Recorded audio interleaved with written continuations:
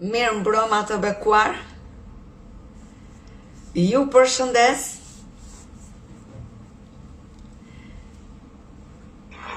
E di që është një orar i çuditshëm për gjithë ju aty.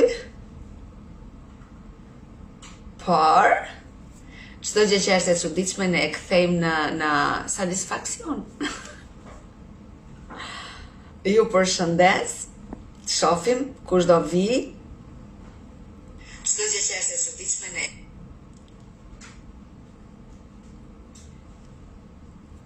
Atëherë lavdia i qoftë Zotit. Gjithmonë lavdia i qoftë Zotit ton. Unë ju përshëndes nga Sri Lanka, nga Colombo, kryeqyteti i Sri Lankës. Dhe ja, po pres të vinë ndonjë që t'ju tregoj se çfarë ka këtu dhe me sytë e mi si e kam parë unë.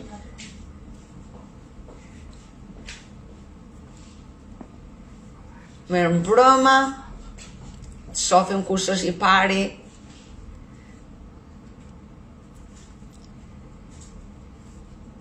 Mirë mbrëma të bekuar.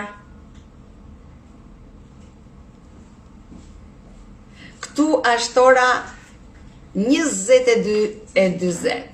Do të thënë 11:20.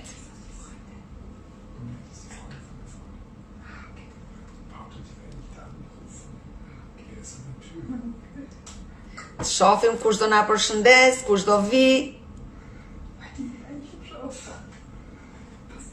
Mirë mbrëma Viola, mirë se erdhe. Mirë se erdhe e bekuar.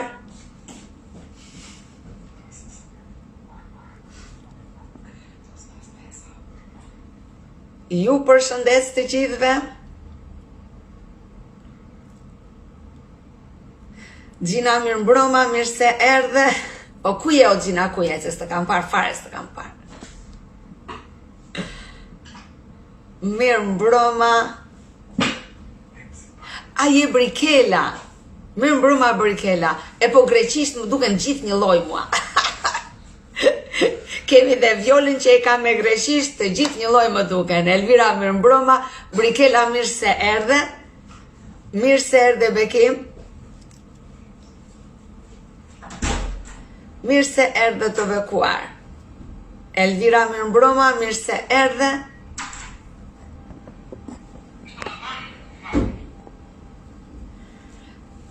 Lida mirë mbrëma, mirë se erdhe. Marinela mirë mbrëma, mirë se erdhët. Mirë se erdhe e bekuar. Mirë se erdhët. Jonida mirë mbrëma, mirë se erdhe. Gjithashtu Gjina. Mirë se erdhe të bekuar. Zoti është i mirë. Marta mirë mbrëma, mirë se erdhe.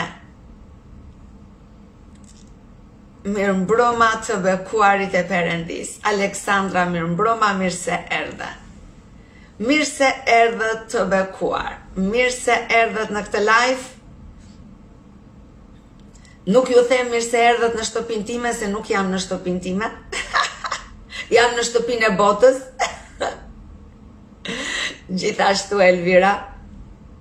Mirë mbrëma të bekuarit e Perëndis. Lavdi Zotit për ju.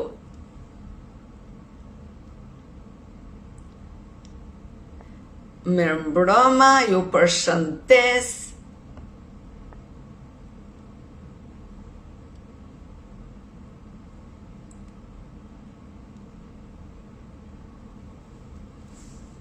Po Marta tani do t'u tregoj gjitha çka kam bërë këto 2 ditë. Do t'ju tregoj gjitha tani. Meli mirë mbrëma, mirë se erdhe. Mirë se erdhe të bekuar. Juli mirë mbrëma, mirë se erdhe.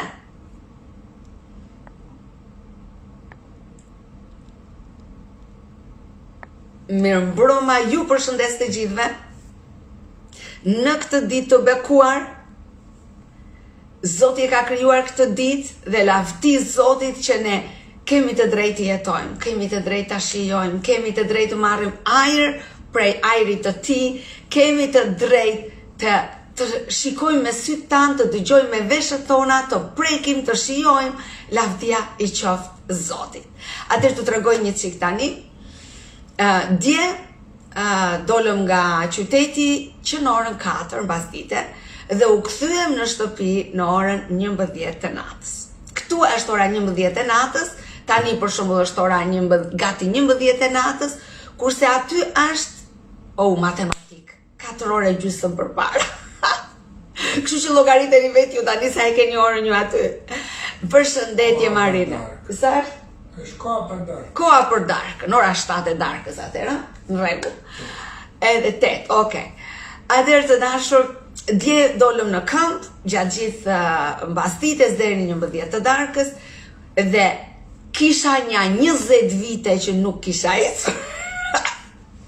20 vite që nuk kisha qenë në këmbë gjatë gjithë kohës. Do lutem, Elvira, do lutemi. Amen, amen, Elvira. Do lutemi. Pra, të dashur, unë dua t'ju them që gjatë gjithë kësaj kohe ne ishim në këmbë, gjatë gjithë kësaj kohe kam ecur, pra si ju thash kisha 20 vjet që s'kisha ecur në këmbë, kaq shumë gjatë, pa bër asnjë pushim. Pa bër asnjë pushim gjatë gjithë kohës në këmbë. Kurse sot e filluam një çik më ndryshe, sot morëm një kështu si punë me 3 rrota, se di si i thon tani. Unë jam në Colombo të si quhet këtu janet një? Ku jemi ne? Me Sri Lanka. Sri Lanka. Pra, ne jemi në Colombo të Sri Lankës, edhe ne morëm një kështu me 3 rrota, se si i thonë nuk e di, një rrotë para, Rishka. 2 rrota mbrapa, edhe me atë vajtëm sot në pazari. Edhe pazari ishte, do më thënë, si pazari Tiranës. Një lloj nga të gjitha anët, edhe pastaj shkuam në një bar, në një anë tjetër të qytetit, atje ishte mirë. U kënaqëm shumë dhe të them të drejtën, dua t'ju them që të gjithë që na kanë pyetur, ne ju kemi thënë jemi shqiptar. Sa dëgjonin që ishim shqiptar, nuk vazhdoshe biseda. Edhe kemi zgjedhur problemin.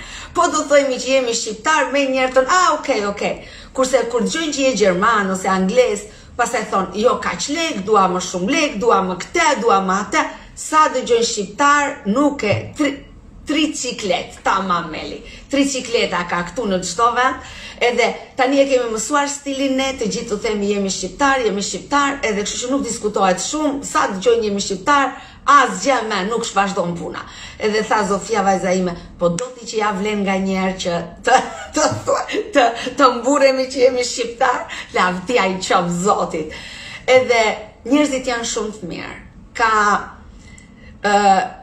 Nuk ka, po të them në një qytet kaq shumë të madh, nuk shikon asnjë pler në rrugë. Nuk janë të pasur, komplet ndryshe nga Tajlanda. Tajlanda ka një kultur pazari, një kultur biznesi, ku do shesin gjëra dhe kanë kaq shumë mundësi për të shitur. Kurse këtu i kanë ato kokosnus, dhe nuk e shesin, nuk din ta shesin si që shiste Tajlanda, që ta hapa të sipër, edhe të jep një gjë që ta mbush dhe me akull, edhe ti kënaqesh. Kurse këtu nuk është kjo kulturë, ata habiten, po ti thuash ti ma hap dhe ma jep në kokonus. Ma jep atu si qashtë. Dhe pam do me thënë që është një kulturë komplet tjetër, është një më shumë, si të them, varfëri, por janë njerëzit shumë të sinqertë kështu, në kuptimin e mirë të fjalës, janë shumë më të respektojnë, edhe ja, deri tani më pëlqen shumë. Dhe ajo që kam më e bukur akoma është sepse këtu kam parë kaq shumë kisha. Kaq shumë kisha ku kanë shkruar paragrafe nga gjoni. Do me thënë, nuk kam parë në asnjë vend, në sikur në sa vende kam shkuar unë, e kuptoni? Në ato vende që kam shkuar. Mos të kurem tani të them, në sa vende kam shkuar unë. nuk kam shkuar në shumë vende, por në ato që kam vajtur, mund të them që këtu në Sri Lanka, në Columbus, ka shumë kisha të krishtera, evangeliste, dhe nuk e di tani se si e kanë ata marrëdhënien brenda, unë sot desha të futesha tek njëra, po pastaj këta të familjes ma thanë jo, nuk kemi kohë, ikëm, dhe nuk e di se si e kanë atë, sepse unë mendoj që të gjithë e fillojnë me zjarë, po të ruar zjarin është sekreti i gjithë shkaje. Shumë njerëz e fillojnë me pasion të shërbejnë Krishtit, të jenë në zjarin e tij, në dashurinë e tij, por problemi është që pastaj ata e humbin zjarrin dhe e mbushen me religiozitet. Dhe nuk ka më keq kur i bën gjërat se i bën me rregulla, i bën me ligje, dhe nuk ka më shpirt, nuk ka më zjarr. Edhe kjo është e keqja, kur mungon zjarri, edhe drut shuen.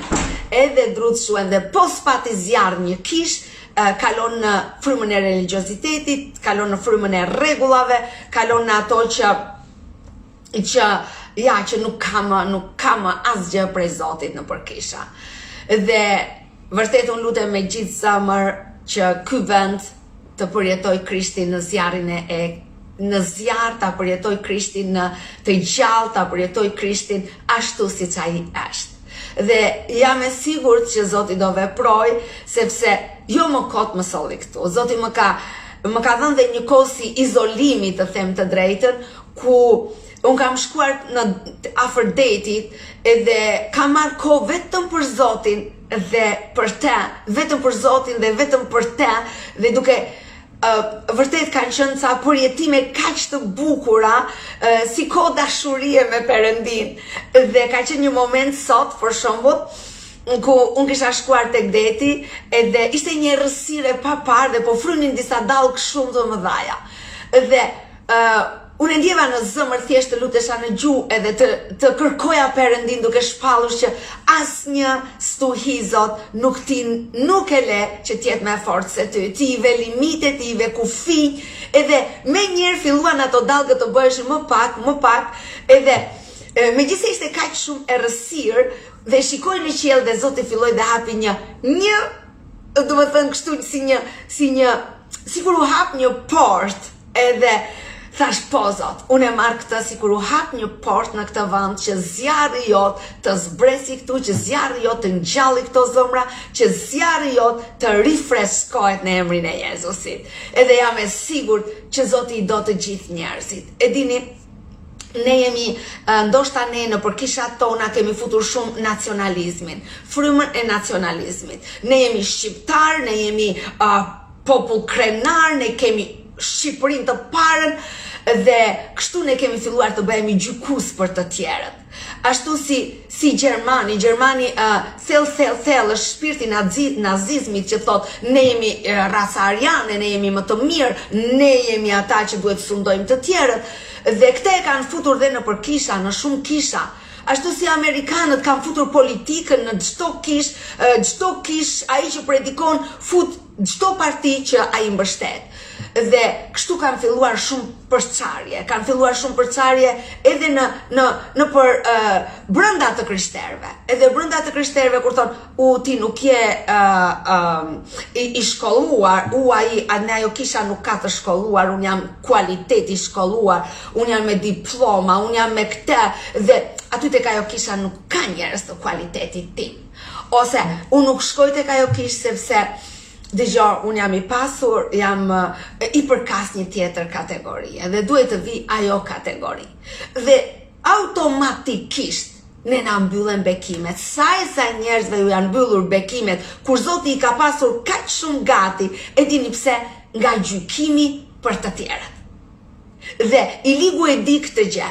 I ligu e di që kur fut në ne shpirtin e gjykimit, ne i mbyllim vetë dyert e jetës, ne i mbyllim vetë ato planet që Perëndia ka për ne. Sepse të dashur, Zoti thot mos gjykoni që të mos gjykoheni. Dhe me të vërtetun po ju them, gjithë secilit nga ne i takon të shkoj në zemrën e tij, të shkoj në zemër e të pyesi. A para gjykojun një racë njerëzish, a paragjykoj unë një ngjyrë njerëzish, a paragjykoj unë nga kualiteti sa të studiuar janë, sa të pasur janë, ku jam unë? Kush jam unë? Si qëndroj unë përpara Zotit për sa i përket gjykimit? Unë dua të them që është kaq e rëndësishme të çlirojmë zemrat tona nga gjykimi, të çlirojmë zemrat, ose ka disa të tjerë që gjykojnë ata që janë më të mëdhenj në moshë. Për shembull, disa që janë më të rinë në moshë, edhe më kanë thënë mua për shembull që po ti je plak edhe flet për Zotin. Rrimoja ato, lerja këto gjëra të rinjve. Mos u merr më me Zotin, lerja u të rinjve këto punë. Pra, pse? Sepse gjykojnë që unë jam mbi 50 vjeçe dhe e dua Zotin kaq shumë, punoj për Zotin, qëndroj për Zotin, dishepullizoj për Zotin, ungjillizoj për Zotin. Pra, dhe për ta unë jam shumë e madhe në moshë për të bërë këto punë. Pra, dhe kështu ata fillojnë me një gjykim dhe atë që Zoti ka në plan për ta nuk bëhet, sepse Zoti më ka zgjedhur mua për shkakun që tu flas atyre, që ta hapi zemrën e tyre, por i ligu ju fut shpirtin e gjykimit, dhe ata me njerë thonë, kjo është tepër e madhe për ta dëgjuar këtë, kjo se kupton dot botën tonë, nuk e kupton dot botën tonë, dhe me që se kupton botën tonë, do me thënë ta mbyll zemrën. Pra gjithmonë i ligu përdor frymën e gjykimit për të na mbyllur jetët tona. Dhe me të vërtet, unë dua sot të ftoj zemrën tënde.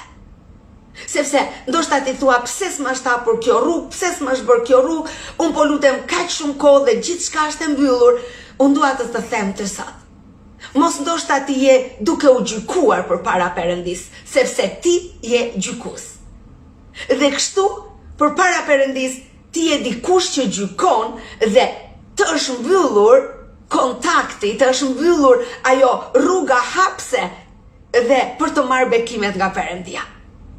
Prandaj unë të ftoj sot, të them, shko sot në zemrën tënde. Në thuaj, Zot, të lutem, më trego, këtë gjykoj.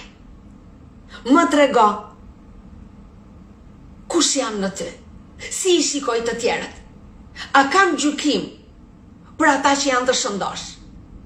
A kam gjykim për ata që janë të smur? E dini ju, në Kirgistan, fëmijët me autizëm, ata që kanë të theksuar autizmi, fëmijët e paralizuar, fëmijët e smur, fëmijëve që ju mungon një dorë, një krah, e dini ju që kur i nxirr deri para 15 vitesh, kur i nxirrnin në rrugë, njerëzit i godisnin me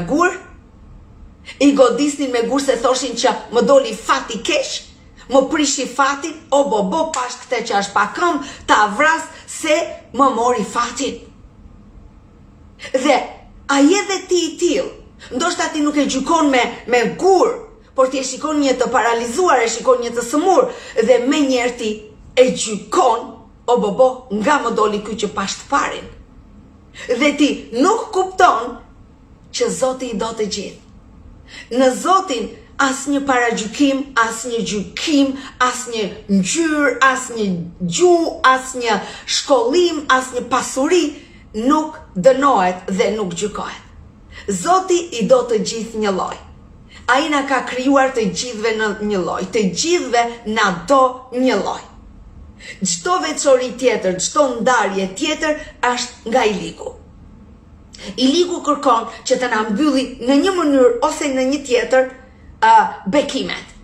Dhe një mbyllje bekimesh është gjykimi. Sa e sa të pasur janë, ose sa e sa njerëz të suksesshëm që gjykojnë ata, për shembull gjykojnë fansat e tyre, gjykojnë ata që janë më poshtë se ta, dhe shpirti i gjykimit ju vjedh të gjitha bekimet që Perëndia i kishte bërë gati për ta. Sepse një i pasur e shikon një të varfër nga pyksinimi i tij dhe ai mendon që ky i varfri është budalla, nuk di të studioj, nuk di të bëj gjërat, prandaj s'ka arritur. Ja, unë që jam i pasur, i kam arritur. Pse? Sepse ai e gjykon nga pozicioni i tij. Një njeri i bardhë që ka ngjyrën e bardhë, Gjykon nga pozicioni ti që ngjyra e bardhë nuk paragjykohet në asnjë vend, kudo që vete një njeri me lëkurë të bardhë e ka gjithandej dyert e hapura. Dhe kështu, ky njeri gjykon një njeri që ka një ngjyrë tjetër, duke menduar se ky është më i favorizuar nga Zoti. Dhe nga që shikon që kudo njerëzit e favorizojnë, mendon se dhe Zoti e ka favorizuar, prandaj ka lindur në këtë ngjyrë. Sepse gjykojnë sipas pozicionit të tyre. E megjithatë unë dua të them që Zoti i do të gjithë njerëzit. Zoti na do të gjithëve një lloj. Dhe kushdo që ka një shpirt para gjykimi, gjithmonë ai herët ose vonë do t'i hiqen bekimet që ka e para, dhe e dyta do i krijohet brenda shpirtit një bosh lek, sepse është pasojë e kësaj fryme gjykimi. Dhe të gjithë njerëzit që kanë një frymë gjykimi, herët ose vonë do të përfundojnë që nuk kanë asnjë gëzim në jetë. Asnjë. Nuk i tërheq më asnjë gjë, nuk i mbush më asnjë gjë. Asnjë gjë nuk i jep më asnjë kënaqësi. Dhe shkaku i thellë është gjykimi i të tjerëve. Unë sot si bi dhe bia e Perëndis të ftoj ty dhe të them, shko në zemrën tënde dhe thuaj Zot, nuk e dua më shpirtin e gjykimit. Dua të gjithë njerëzit siç ti i do. Dua t'i shikoj të gjithë njerëzit si ti i shikon. Më fal Zot për çdo gjykim që kam bërë, për çdo dënim që kam dhënë, për çdo fjalë që kam folur kundër dikujt. Pendohem, Zot, dhe vi përpara teje me një zemër komplet të lirë. Sa e sa njerëz ka gjithashtu që thonë për shumë që shumë të krishterë që i kam dëgjuar unë, që për shumë është një pastor afrikan dhe megjithëse ai është shumë i bekuar, ata thonë, sa i kam dëgjuar që thonë, aman, mos më thuaj për afrikanët. Do t'i dëgjosh Zoti, por për ata, lutem shumë, nuk janë për mua. Dhe thell, pse? Sepse ata mendojnë që afrikanët gjithmonë i përziejnë gjërat. Biblën me atë tradicionin e tyre dhe kështu gjykojnë. Po kush jemi ne të gjykojnë? Ne jemi thirrur të duam të gjithë. Ai që vepron kundër ligjeve të Perëndis, Zoti vet di të vendosi gjërat. Zoti vet di të bëj gjërat. Prandaj të lutem me gjithë zemrën time që ti kërkosh Zotit falje e të marrësh çlirimin tënd. Merre çlirimin tënd, duke mos gjykuar dhe mos paragjykuar asnjë. Tjetra ajo që unë dua të ndaj sot, të dashur motra dhe vëllezër, kisha filluar faktikisht me një temë tjetër, është ndërmjetësimi. Çfarë do të thotë të ndërmjetësoj? Ndërmjetësim do të thotë unë ndërhy për dikë tjetër. Unë ndërhy tek Perëndia për motrën time, për vllajën tim, për fëmijët e mi, për burrin tim, për nusen tënde. Pra ti ndërhyn tek Perëndia, ti bën ndërmjetësuesin. Dhe Zoti i do zemrat ndërmjetësuese. Dhe Zoti është duke pritur njerëz që ndërhyjnë për të tjerët. Ne jemi thirrur për të qenë ndërmjetësues. Të gjithë ata të krishterë që kanë marrë Jezus Krishtin si Zot dhe shpëtimtar, ne jemi thirrur të jemi ndërmjetësues. E dini, tek Isaia 54 është shkruar: Zoti më ka dhënë gjuhën e dishepujve, që të mund ta mbaj fort të lodhurin. Ai më çon çdo mëngjes, zgjon veshin tim, që unë të dëgjoj si veprojnë dishepujt. Pra Zoti thot që ai çohet që në mëngjes dhe dëgjon si veprojmë ne dishepujt e tij. Për çfarë e përdorim lutjen? Për kë ndërmjetësojmë? E dini, lutja e shumë të krishterëve është kthyer vetëm: o Zot, lutem, Më shiko djalin, më shiko vajzën, më shiko financat, më shto rrogët, më jep dokumentat, më jep pasaportën, më jep këtë, më bëj të qëndroj këtu, më bëj të shkoj atje. Zot, kujdesi burrin tim, të vej në punë, të kthehet mirë. Pra, është kthyer vetëm në një egoizëm imi dhe për mua. Por fjala thot që Perëndia e ka veshin e tij tek goja jon për të dëgjuar. A e kalojmë neve pragun e portës tonë për ndërmjetësim. Zoti na ka thirrur të jemi ndërmjetësues për gjitonët tanë, të jemi ndërmjetësues për qytetin tonë, të jemi ndërmjetësues për gjithë vendin tonë, të jemi ndërmjetësues për të gjithë bijtë dhe bijat e krishterë kudo që janë, të jemi ndërmjetësues për të varfrin, të jemi ndërmjetësues për të sëmurin, të jemi ndërmjetësues për fëmijët e braktisur, të jemi ndërmjetësues. Zoti do që ne të ndërhyjmë për ta në lutje. Shikojeni se si Zoti thot tek Ezekieli 22:30. Ai thot: unë kërkova midis tyre një burr, kërkova midis tyre një njeri që të ndërmjetësonte për vendin dhe të qëndronte në të çarën për para meje, për hir të tij, me qëllim që të mos e shkatërroja vendin, por nuk e gjeta. Pra e shikoni që Zoti është duke kërkuar një gojë. Zoti është duke kërkuar dikë që të çohet dhe thot: shiko, në këtë kohë agjërimi, unë do të ndërhyj për qytetin tim. Nëse unë jetoj në Cerrik, unë do të ndërhyj gjatë gjithë kësaj periudhe agjërimi. Do të marr, do të lutem për Cerrikun. Nëse ti jeton në Vlorë, thoj Zot në gjithë këtë periudhë agjërimi, unë do të lutem për gjithë qytetin e Vlorës. Nëse ti jeton në Tiranë, atëherë merre përsipër dhe ndërhyj për këtë qytet. Ndërhyj në të çara do të thotë atje ku i ligu tashmë ka bërë gati shkatërimin, atje ku i ligu tashmë ka bërë gati rrëzimin, atje ku i ligu ka bërë gati ato shigjetat e veta, ti futesh në mes dhe ti thua: jo Zot, mos e bëj. Sepse Zoti të ka zgjedhur ty, na ka zgjedhur ne të jemi ndërmjetësuesi. Kjo është detyra jonë, pavarësisht se ne jo të marrim gojën dhe kur dëgjojmë është parashikuar që do bjeri tërmet. Çfarë thon bijtë e Perëndis? Ne ju themi gjithë, çfarë do veprojmë? Le të shikojmë sepse do bjeri tërmet. Kështu than mediat, kështu than të gjithë, do bjeri tërmet, një stuje e madhe do vi, një rebesh do shkatrojë. Pra ne aprovojmë dhe i themi të ligut: atë të çar, hape edhe me dhe sill shkatrimin. Por kjo nuk është vullneti i Perëndis. Ky nuk është vullneti i Perëndis për ne të zgjedhurit e tij. Zoti thot: të kam zgjedhur ty që të ndërhysh në këtë të çar. Dhe kur i ligu ti dëgjon gjithandej që do filloj një tërmet, që do filloj lufta e tretë botërore, që do bëhen këto, ti si biri i Perëndis futesh në të çar dhe thuaj: unë besoj në mëshirën e Perëndis. Unë besoj që mëshira e Perëndis është e madhe dhe asnjë tërmet nuk do të ndodhë. Asnjë stuhi nuk do të vi.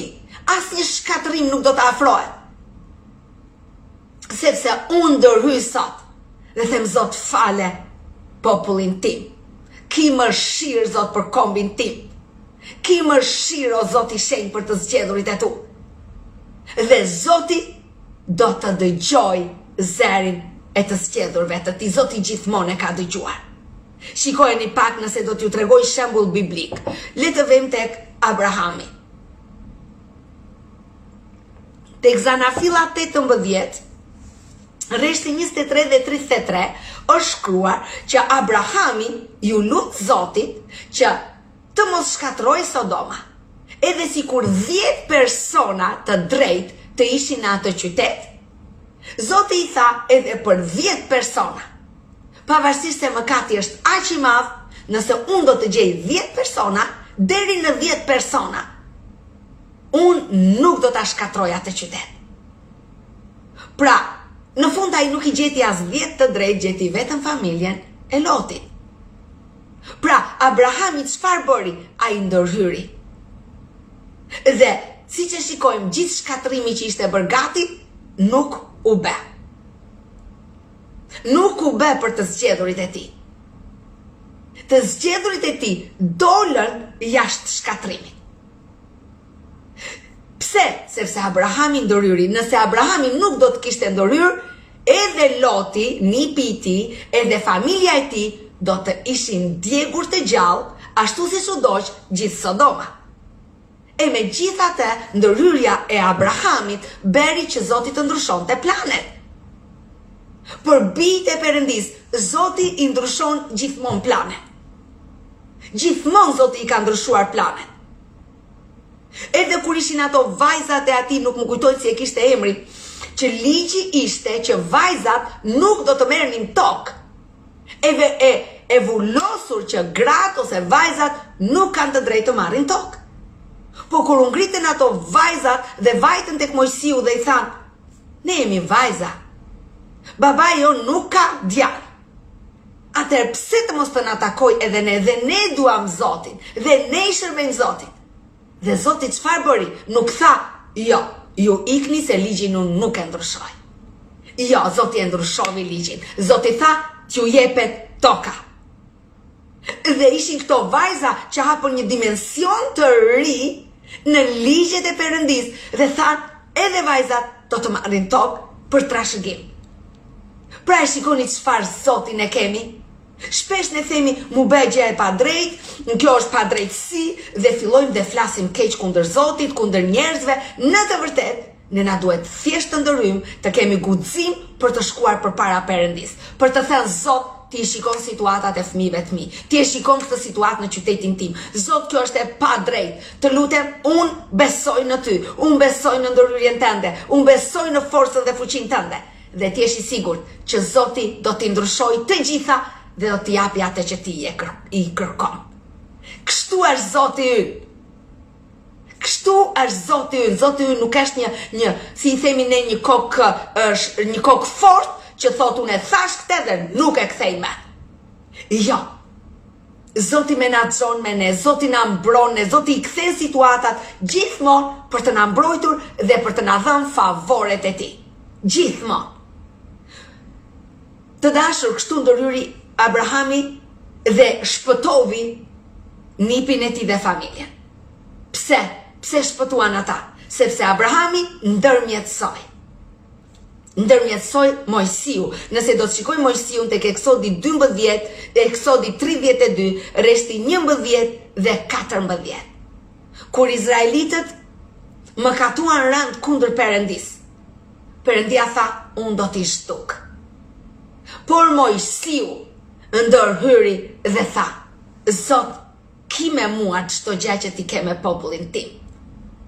Zot, unë vire ndërmjet teje dhe popullit tim. Fali, sepse nuk din ç'bëj. Dhe çfarë u bë? Zoti i fali. Pse?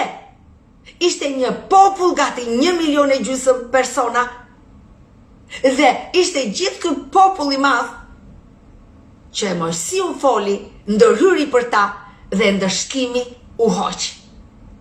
E shikoni që vetëm sepse Mojsiu ndërhyri, ndërse Mojsiu do kishte thënë, po le të bëjnë çfarë të duan. Po këta nuk ndryshuan njerë, kokë shkëmb, ju them ndiqni Zotin. Ata ja vëm bëjnë ca viça, edhe ju kërcejnë vicave, Zot bëj si të duash me ta, nda që eliminoj, nuk merre me se u lodha. Sa shpejt i themin e këto që unë u dorëzova, nuk merre me, nuk kam më forcë të merrem për këtë punë, nuk lutem më për këtë gjë. Po shikoj pak se si Mojsiu ndërhyn përpara Perëndis dhe thotë jo Zot. Mos e ndërshko popullin, mos e elimino popullin. Dëgjoj fjalën time që po futem ndërmjet teje dhe popullit. Dhe të gjithë ne e dim që situatat u ndryshuan. Zoti nuk e zhduku popullin. Pse? Sepse Mojsiu ndërhyri. Nëse do të vend tek Samueli, tek 1 Samueli 7:5, të njëjtën gjë. Kur armisht po fitonin dhe po eliminonin Izraelin, çfarë bëri Samueli? Samueli tha, unë do të lutem për ju. Ai ndërhyri dhe çfarë u bë? Populli fitoi kundër armiqve. Ata që ishin nisur për ta eliminuar u kthyen të eliminuar. Pra vetë armiku u eliminua. Pse? Sepse Samueli ndërhyri në favor të popullit të tij. Samueli ndërhyri dhe i tha Zotit, Zot të lutem, unë jam ndërmjet teje dhe popullit. Fali Zot se nuk din ç'bëjnë. Ki mëshirë për ta dhe mos i lejo armiqt të fitojnë. Dhe çfarë u bë? Pra, Izraeli i mundi armiqt e tij. I mundi dhe dolën fitimtar. Pse? Sepse Samueli ndërhyri. Dhe më e madhja të dashur motra dhe vëllezër, unë dua t'ju them, Jezus Krishti është një ndërmjetësues. Jezus Krishti ndërmjetëson dhe ndërmjetësoj ndërmjet nesh dhe Perëndis. Pra, ne shikojmë tek 1 Timoteu 2:5 është shkruar, sepse është një Perëndi dhe një ndërmjetësues midis Perëndis dhe njerëzve, Jezus Krishti njeri. Pra Jezusi erdhi në trup njeriu për të ndërmjetësuar si njeri në tek Perëndia. Zoti ligjet shpirtërore Perëndia nuk i eliminon. Ai kishte thënë që do të niste një shpëtimtar. Dhe ky shpëtimtar duhet të ishte në mish njeriu, siç ishte Jezus Krishti. Dhe Jezus Krishti ndërmjetësoi kur ai erdhi në mish njeriu. Si njeri ai ndërmjetësoi përpara Perëndis. Pra ishte me gjak dhe mish si ne. Nëse nuk do të kishte pasur trup njeriu, ai nuk do të quaj si ndërmjetësues. Sepse Zoti thot, unë kërkoj një njeri që të ndërmjetësoj, siç e lexuam rreshtat e parë. Dhe Jezusi është ndërmjetësuesi. Sipas gjithashtu Hebrejve 7:25, Romakët 8:24, që është shkruar që Jezusi është ndërmjetësuesi për ne para Perëndis. Edhe tani që Jezusi është i ringjallur, ai është ndërmjetësuesi, vazhdon të jetë ndërmjetësuesi për ne të gjithë. Amen. Ai e dha jetën për ne dhe vazhdon të ndërmjetësoj ndërmjet Perëndis dhe ne. Pra, ai vazhdon e hapi rrugën dhe ai ndërmjetëson, bën ndërmjetësimin ndërmjet nesh dhe Perëndis. Ai është ajo dera, e keni parasysh kur unë kam punuar në bashki, edhe ishte zyra e kryetarit të bashkisë dhe zyra ime ishte para tij. Dhe njerëzit duhet të kalonin së pari tek zyra ime dhe unë duhet të zgjidhja kë do lejoja tek kryetari i bashkisë edhe kë jo. Edhe kështu që këtë njëjtën gjë bën Jezusi. Unë shikoja për çfarë vjen ky, çfarë ka ky, atëherë vendosja që ky do të futet edhe ky nuk do të futet. Kështu është edhe me Jezusin. Ai ndërmjetëson kush arrin deri tek Perëndia edhe kush jo. Nuk ka asnjë takim ball për ball me Zotin, siç shumë njerëz thonë që unë do ushqej këtë, do bëj këtë të mirë, do bëj këtë të mirë, edhe mbase Zoti kërkon pastaj që të më thot, le të vi ajo alketa se u ka dhënë gjithëve për të ngrënë. Le të vi ajo alketa se ajo s'ka nevojë për Jezusin. Le të vi vetë. Të dashur është një gënjeshtër e të ligut, sepse asnjë vepër jona nuk ka vlerë përpara Perëndis. Përpara Zotit është dera dhe kjo derë ka një emër që quhet Jezus Krisht. Edhe të gjithë ata që marrin kalojnë përmes Krishtit shkojnë tek Perëndia. Prandaj unë dua të them që është gënjeshtër që i ligu i gënjen njerëzit që ty nuk të duhet Jezusi, që ti s'ke nevojë për Jezusin, edhe që Jezusi ti mund të kalosh vetë sepse ti bën vepra të mira, ti sillesh mirë si Jezus, si Zoti do, edhe nuk ke nevojë për Jezusin. Por e vërteta nuk është kështu. E vërteta është që pa Jezus Krishtin si ndërmjetësues, asnjë nuk mund të vej tek Perëndia. Ai vetë thotë që unë jam rruga e vërteta dhe jeta. Ai vetë thotë që unë jam dera dhe pa kaluar në derën e Krishtit, pa kaluar në rrugën e tij, nuk mund të jesh përpara Perëndis. Ai është ndërmjetësuesi. Gjithashtu apostulli Paul na fton të gjithëve që të ndërmjetësojmë. Ai thot tek 1 Timoteu 2:1, para së gjithash ju nxit të bëni kërkesa me lutje, përgjërime dhe falënderime për të gjithë njerëzit. Pra apostulli Paul shkon pak më thellë dhe thot, unë juftoj të gjithve. Pra nuk thot që ata që janë të vjetër në besim, i ftoj që të luten dhe të ndërryjnë. Ata që janë të pagëzuar, ata duhet të luten. Ata që janë me shkollë, ata duhet të luten. Jo të dashur, këto teori i kanë nxjerrë Satani. Zoti, si mua me 5 diploma, si ty pas një diplom, si mua ta zem tani. Si mua që jam e pasur sa më përket gjysmë me kelnin. Si ty që nuk ke asgjë. Si mua që ku di unë tani se çfarë shembull të marr. Pra, për Zotin, ai shikon vetëm Jezusin në ne. Zoti nuk jep asnjë gjë për të thënë ty që tani ti je i kualifikuar për të ndërhyrë. Dhe asnjë nuk është e vërtetë që thonë që ti duhet të kesh kohë në besim, ti duhet të kesh një mbrojtje speciale për të lutur për njerëzit. Ti duhet, gabim është të vesh ti dhe të lutesh për njerëzit pa një mbrojtje speciale. Dëgjoni, është ndryshe vajosja e principatave dhe është ndryshe të lutesh për njerëzit nga zemra jote. Thjesht lutesh për jetët e tyre. Dhe këtë të lutesh për të tjerët është detyra e të gjithëve ne. Pa dallim moshe, pa dallim kualifikimi, pa dallim pasurie, pa dallim ngjyre, pa asnjë gjë. Apostulli Paul thot, unë ju nxit që ju të luteni me përgjërime dhe falenderime për të gjithë njerëzit. Pra i nuk tha vetëm pastorët të luten për të tjerët. Vetëm apostujt e kishës të luten për të tjerët. Vetëm profetët të luten për të tjerët. Jo, apostulli Paul fton gjithë personat, gjithë kishën të lutet për të tjerët. Pra nëse ti je i shpëtuar, nëse ti i përket Jezus Krishti, kaq mjafton që ti të lutesh për të tjerët, duke kaluar rrugëve të qytetit tënd, edhe lutu për ta. E dini ju, është shumë rrallë që unë të marr trenin. Unë kisha, për shumë gati 15 vjeç që s'kisha hyrë në tren. Edhe, kështu që, për ju që hypni në për trena, për ju që hypni në për autobusa, kudo që ju hypni, Perëndia ju fton të bëheni goja e Perëndis dhe të luteni për të gjithë njerëzit ku ju jeni. Shumë njerëz ku unë udhëtoj në avion për shembull, në çdo vend ku unë shkoj, shpesh më kanë pyetur njerëzit pse e bëj këtë gjë. Por unë gjithmonë, edhe kur vi në Shqipëri, edhe kur vi këtu, edhe kur jam në Gjermani, që zbres nga avioni, gjë e parë që bëj, unë shkoj pak më njanë dhe vë dorën time, më përpara bëja sikur lithja këpucën, se nuk isha ashtrime.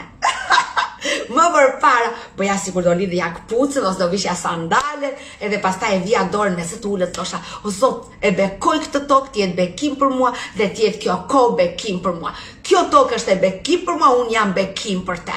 Në emrin e Jezusit, amen. Por tani jam bërcatrime, tani nuk fshjema, tani kudo që vete, edhe këtu kur erdha, unë kalova pak më njanë, edhe sepse në shumë vende futesh në një tunel. Futesh në një tunel dhe nuk të bie rasti që të futesh të takosh tokën. Atëherë, shpesh unë pres derisa dal nga aeroporti dhe pastaj, për shembull, kur erdha në Sri Lanka, ishte një tub i gjatë që ne kaluam, edhe pastaj ishin pasaportat, pastaj dilnim jashtë. Dhe atëherë mu desh të prisja derisa dolëm jashtë, sepse ai tubi ishte në ajër, nuk ishte në tokë. Megjithëse unë thash që pas sa vura këmbën në të, që ky vend është bekim për mua dhe unë për të. Por, unë e kam bërë kështu në zemrën time, dua të prek tokën. Dhe kështu gjithmonë, unë e vë dorën në toka, kudo që jam, edhe në Shqipëri, edhe shkoj pak më njanë, e vë dorën në toka dhe them, faleminderit Zot që erdha, dhe kjo tokë është bekim për mua. Dhe unë i jam bekim për gjithë këto ditë që do të rri. Amen. Dhe gjithmonë favoret e Zotit kanë qenë mbi mua. Favoret e Zotit kam takuar gjithmonë njerëz që janë bekim. Prandaj të dashur, unë dua të them që ndërmjetësimi është shumë më i thjeshtë se sa i ligu na i bën. I ligu na i manipulon të vërtetat, që ne të besojmë që kush ja mund të lutem për një vend, kush ja mund të lutem për gjitonët, kush ja mund të lutem për niprit dhe mbesat e mia, ata kanë jetën e tyre, kush ja mund të lutem për motrat dhe vëllezërit e mi, s'më duhet, kanë jetën e tyre. Por e vërteta nuk është kështu. Zoti na thërret, e dini ju, për niprit dhe mbesat e mia, unë dhe Monika, motra ime, neve 13 vjetë rresht, jemi lutur çdo natë për niprit dhe mbesat tona dhe për motrat tona. Okay? Dhe sot unë mund ta them me gjithë zemrën time, gjithë familja ime është e shpëtuar, por është një periudhë lutjeje, agjërimi dhe çdo natë duke u lutur për ta. Edhe sot e kësaj dite, niprit dhe mbesat e mia, motrat e mia janë çdo ditë në lutjet e mia. Pra, të dashur, duke ndërhyr për ta, unë ndërhyr për nuset e tyre, për gjithçka që Zoti ju ka dhënë atyre. Ne jemi thirrur të hapim rrethin e bekimeve. Shumë njerëz nuk luten për niprit, për mbesat, për kushurinë, sepse i ligu ju ka futur konkurencën, ju ka futur inatin, pse nuse ati kështu, pse vajze ati kështu, o qa ka ajo më shumë, por ne nuk jemi për të konkuruar njëri tjetrin. Ne të gjithë kemi dal nga një bark. Ne nuk jemi një lloj, një i ngrije nervat shpejt, një gënjen, një gjithmos ka në një familje nuk janë të gjithë një lloj. E me gjithatë ne jemi thirrur të lutemi e ti duam të gjithë. Sepse kur duam familjen tonë, ne mund të lutemi dhe të duam edhe qytetin tonë, edhe botën, por nëse ne nuk duam motrat, vëllezrit, kushurin tanë, njerëzit tanë, si mund t'i duam të tjerët? Pra të dashur, ne jemi thirrur për të ndërhyrë, për të lutur për ta. Dhe Zoti na fton që ne të lutemi. Ne nuk na duhet të jemi apostoj, të jemi profet, të jemi pastor, që të mund të lutemi për njerëzit. Jo të dashur. E dini çfarë? Unë udhëtoj shpesh me makinë. Dhe gjithmonë që udhëtoj, unë vë një pikë synim që nga shtëpia.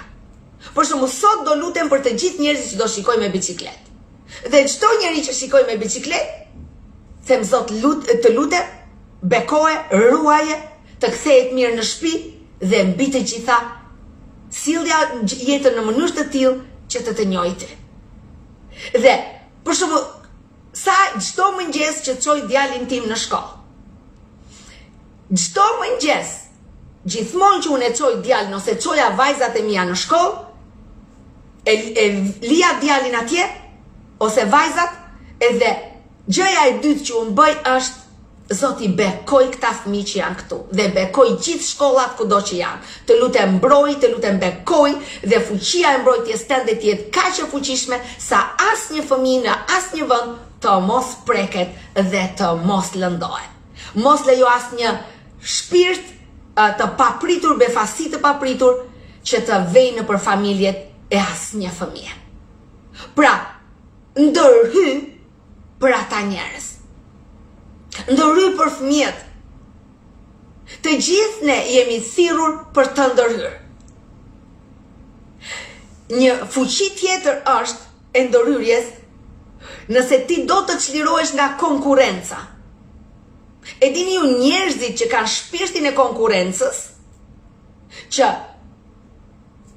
pse mua duhet të më eci më shumë, unë duhet të jem më mirë, unë duhet të dhe kanë shpirtin e konkurencës për të tjerë dhe inat, pse atyre u ecët? Unë dua të them shpirti i konkurencës është izolus për jetën tënde. E di ti si çlirohet një njeri nga shpirti i konkurencës? Kur ai e bekon konkurruesin e saj. Kur ti e ndjen në zemrën tënde që ke inat, pse ai njeri është mirë. Kur ti ke inat, pse ai e ka bërë shtëpinë më të madhe. Sekreti që dhe ti të lulëzosh është bekoj atë njeri. Duke thënë, Zot unë e bekoj, jepi më shumë, të ndërtoj më shumë, të blej më shumë, të jetë më i bekuar. Çfarë bën ti? Ti u lute për të dhe njëkohësisht çlirove jetën tënde. Pra të dashur motra dhe vëllezër, ne nuk na duhet asnjë kualifikim, asnjë shkollë biblike Sa njerëz kam parë këtu në Gjermani për shembull, e dini, sa vajza që e kanë pasur pasionin kaq të madh për Zotin. Sa djem që kanë qenë zjarr për Zotin dhe donin t'i shërbenin Zotin. Por i ligu ju ka futur në mendje, ty të duhet një shkollë biblike. Dhe kështu ata kanë filluar shkollat biblike.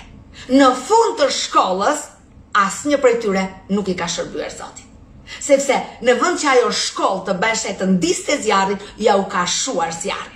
Dhe ata ben religios, dhe ata thonë tani, unë kam për shkollë biblike, po mua më takon t'jem pastor, po pastoria ime nuk ka shkollë biblike, unë kam për shkollë biblike tani, unë duhet t'jem. Dhe kështu ata kanë humbur komplet.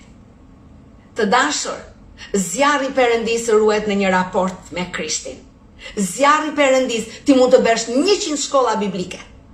Por nëse ti nuk ke zjarrin, nuk ke shpirtin e Perëndis, nuk ke një marrëdhënie të ngushtë private me Zotin, ti mund të kesh 100 diploma, kesh studiuar 100 shkolla biblike, por të mungon marrëdhënia me Zotin, atëherë ti je thjesht një dru i lagur. Thjesht një dru i lagur. Dhe Zoti nuk thotë që ti duhet të bësh shkolla biblike, ti duhet të bësh këtë që ti je i kualifikuar për të lutur me njerëzit, për njerëzit. Zoti thotë, eja me një shpirt fëmije, eja me një zemër të përullur, eja me një zemër siç je. Lutu. Lutu për vete, lutu për gjitonët, lutu për qytetin. Edhe të mjaftojnë thua ti, po nuk di fjalë të bukura. Zoti nuk ka nevojë për fjalë të bukura. Zoti ka thjesht nevojë për fjalë zemre. Që të thuash, Zot, transformoj qytetin tim. Zot, unë jam këtu, o Zot i shenjtë. Të lutem, për hir të emrit tënd ndërhyj për qytetin tim. Ndërhyj, o Zot, dhe bëna më të përgjegjshëm për plerat. Ndërhyj, o Zot, dhe na e frymën e dallimit. Bekoj gjithë studentët kudo që janë. Pra, çfarë bën ti? Ti thjesht ndërmjetëson me gjithë zemër. Pra, të gjithë ne kemi një zemër. Dhe të gjithë zemrat tona kanë rrahjet. Dhe këto rrahje luma i që le Zotin t'i dirigjoj. Zoti i dirigjon siç i pëlqen atij. Pra Zoti nuk thot nëse ti ke një shkollë biblike, ti do lutesh. Nëse ti, jo. Ai thot më jep rrajet e zemrës tënde dhe unë i dirigjoj ato, i kthej në një muzikë të pëlqyer për mua. Pra Zoti do thjesht zemrën tënde dhe ti je i kualifikuar për të lutur për çdo njeri. Ti je i kualifikuar të ngresh zërin tënd. Prandaj apostulli Paul thot, lutuni me përgjërime dhe falënderime për të gjithë njerëzit. Për të gjithë njerëzit. Lutu për të gjithë njerëzit. Këtë na thot Zoti. Pse është kaq e fuqishme lutja ndërmjetësuese? Një lutje ndërmjetësuese do të thot ti po guxon, po shkon përpara Perëndis dhe po i kërkon favor për dikë tjetër. Pra jo për ty. Okej?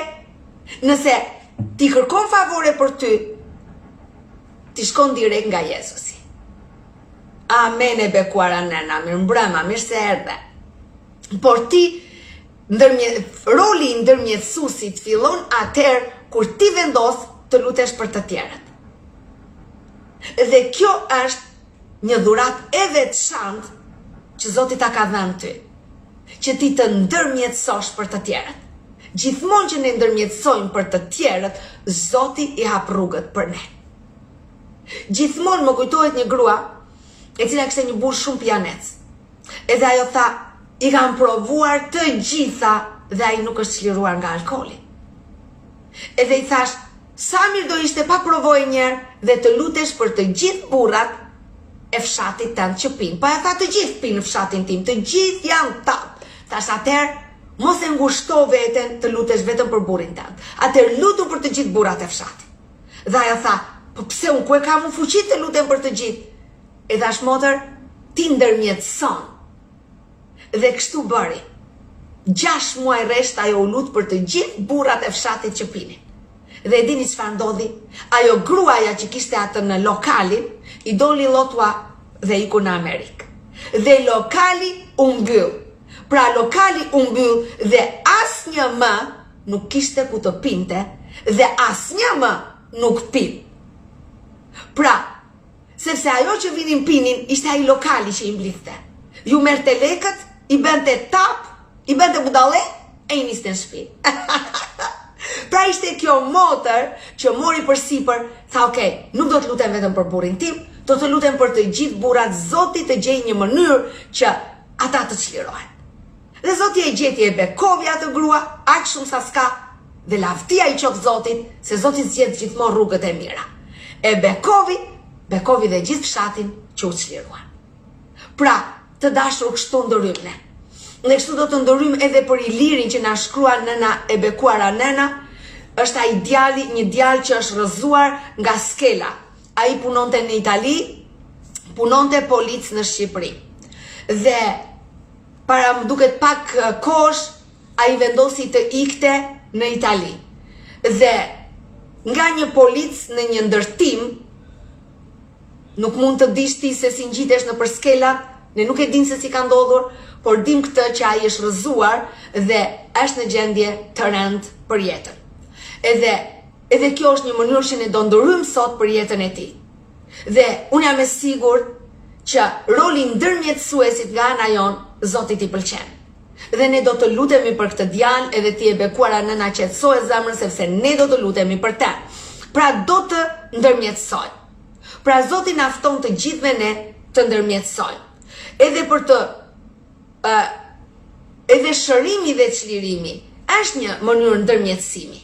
Por kjo është një mënyrë ndërmjetësimi që vjen në një shkallë tjetër, është shkallë vajosje dhe pikërisht vajosje themi ne dhe shumë njerëz tonë, "Mama, më çfarë është vajosja?" Dhe i mendojnë shumë që vjen Zoti, të derdh një gotë vaj mbi kokë edhe thot tani u vajose, çau tani dhe në emrin tim çliro tër botën. Jo të dashur, vajosje do të thot një marrëdhënie të ngushtë me Perëndin. Dhe vajosja për të ndërhyrë për shërime dhe çlirime është një vajosje që vjen nëpërmjet vendosjeve të duarve. Dhe është një vajosje e një kualiteti tjetër, jo e kualiteti që të lutesh vetëm me duar. Për shembull, vajosja tek unë ka ardhur në radhë të parë nëpërmjet profecisë që ka bërë profete Rita, dhe unë kam bërë 2 herë që ta ftoj këtu tek ne, dhe të 2 herët asaj ka ndalë probleme dhe nuk ka qenë, dhe ajo ka qenë e para që bëri profecin për mua. Dhe u lut dhe vendosi duart me mua dhe ajo deklaroi që Zoti më ka zgjedhur për të gjithë shqipfolësit dhe ajo ka dhe kishte dhuntin e shërimit dhe çlirimit dhe ajo ka qenë e para që bëri profecin për mua. Dhe kjo ka qenë të paktën 20 vjet para. Dhe pastaj janë lutur shumë njerëz për mua, ku kanë vendosur duart. Sepse unë kam qenë etur për më shumë nga Zoti, për më shumë, sepse profecinë e Ritës unë nuk e pranova tamam, sepse mendova që nuk jam e zgjedhur për popullin shqiptar, por jam e zgjedhur për popullin gjerman. Unë mendoja që përderisa Zoti më solli në Gjermani, domethënë Zoti i ka planet për mua këtu dhe jo për Shqipërinë. Pra Zotit ju desh të priste gati 15 vjet, jo 15 vjet, kështu, gati 10 vjet të tjera, 12 mund të them, që zëmra ime u zbut për të thënë që okay, unë do filloj të punoj në gjuhën shqipe. Pastaj është lutur pastor Fatmir Ibrahimi. Pastor Fatmir Ibrahimi e ka nisur Zoti deri në shtëpinë time dhe ai më thotë që Alketa e ndjej në zemër, dua të vi tek ty sepse Zoti më ka thënë, dua të vi të vë duart me ty dhe të lutem për ty. Dhe unë nuk desha, përsëri unë po sa durim ke pasur o Zot, lavdi Zotit. Unë prap nuk desha dhe thash, nuk kam kohë, nuk kam kështu, por ai tha unë jam nisur, do të vi. Kështu që ai erdhi, u lut duke vënduar me mua dhe unë mora dhuntin e shërimit. Kalovi kjo, unë shkoj në një konferencë në 2015-ën, në një konferencë në Stuttgart tek pastor Georgi. Dhe ai nuk më njifte fare, nuk dinte asnjë gjë unë shkoj para për lutje edhe ai vendos duart në mua dhe më thot që unë jam zgjedhur për një unë nuk e di nga vjen tha, por e ndjej që ti je zgjedhur për shpëtimin e një kombi edhe që Zoti ka kaq shumë plane të mëdha dhe dhuntia e shërimit dhe e çlirimit është e një kualiteti tepër të lartë tek ty. Edhe shumë të lartë tek ty dhe do më thënë edhe njerë Perëndia më vajosi si i thonë dhe në këtë konferencë motra ime Monika Zoti e mbulovi me flori të gjithën dhe të gjithë thanë wow, më thënë kaq shumë vajosje Zoti i dha. Mos them pastaj për pastor Dadin që është lutur dhe ai mbi mua me duar gjithmonë për vajosje dhe të gjitha këto unë ishin lutur për vajosje, Zoti i derdhi tek mua, por unë nuk isha gati. Unë nuk isha akoma gati. Unë mendoja që e mendoja ndryshe vajosjen, e mendoja sipas mendjes time, derisa Zoti vetë më hapi zemrën, ai më ka çuar në çlirimi i parë që ka qenë një vajzë që ajo kishte që 13 vjeçe deri 30 e ca vjeçe, nuk fliste asnjë fjalë, që në momentin që ajo ishte përdhunuar, ajo nuk ishte folur më asnjë fjalë dhe Zoti donte që unë të shkoja në të, sepse unë nuk besoja që i kisha dhuntit e çlirimit dhe të shirimit, as më kishte shkuar në mendje njerë dhe Zoti deshi që unë të lutesha për të. Dhe ajo filloi foli që në moment dhe u çlirua nga fryma e Memecit. Dhe të gjithë ata thirrën thanë, wow! Më thash qa patën? Thanë ata, ajo foli pas kaq e kaq vitesh. Pra, Zoti vetë më ka futur në brazdën e tij, sepse unë ndoshta asnjëherë nuk do kisha thënë, ok, tani kjo është imja, unë po bëj vetëm këto 5 vitet e fundit, 7 vitet e fundit të them më mirë, që Zoti po rinovon mendjen time në këtë drejtim. Që Zoti po më lidh në këtë drejtim me veten e tij dhe të gjitha këto ndodhin nga rinovimi i mendjes. Unë kam arritur në një përfundim të them që marrëdhënia dhe vajosja është një rinovim i përditshëm i mendjes tonë sipas fjalës së Perëndis. Këtë kam arritur, vajosje do të thotë unë e përshtat mendjen time me fjalën e Perëndis.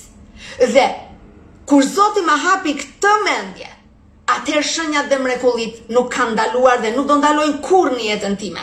Kur, vajosja nuk do ndaloj kurrë. Pse? Sepse unë kam kuptuar të jem një me Perëndin, të rritem në Krishtin, në vajosje, do të thot mendja ime të mendoj atë që Zoti do. Të mendoj premtimet e tij. Mos ta lë mendjen time të allakatet në asnjë gjë. E dini ju, nëse unë shikoj një film, të tjerët janë komplet ndryshe. Ndoshta ti shikon një film dhe ti e ndan veten nga filmi. Unë nuk jam kështu.